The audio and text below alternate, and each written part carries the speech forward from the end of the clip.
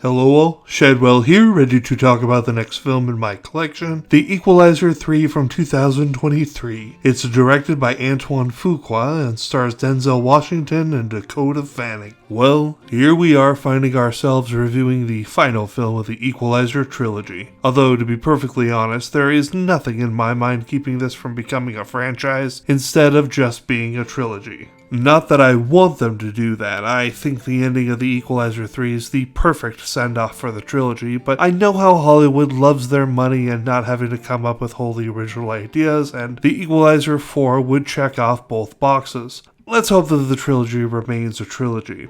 Back 20 years ago, in 2004, was a not-so-little Denzel Washington film called Man on Fire, and the reason why it's important for our purposes is that it was about Denzel Washington trying to rescue a little girl played by Dakota Fanning. Well, fast forward 19 years to The Equalizer 3, and the two have reunited to make another action film. I'm a big fan of Dakota Fanning ever since I first saw her in either War of the Worlds or heard her in the English dub of Hayao Miyazaki's masterpiece My Neighbor Totoro. Whichever came first, I can't remember. Actually, a really adorable thing about My Neighbor Totoro English dub was it starred both Dakota and her even younger sister Elle. But we'll talk fully about My Neighbor Totoro soon enough. Right now, it's The Equalizer 3. Anyway, Denzel reprises the role of Robert McCall. This time he finds himself in a beautiful Italian villa through circumstances, and Dakota Fanning is the government agent he decides to work with on a particular case, I guess you could say. Why he chooses her is a mystery, and the only real mystery in the whole film, or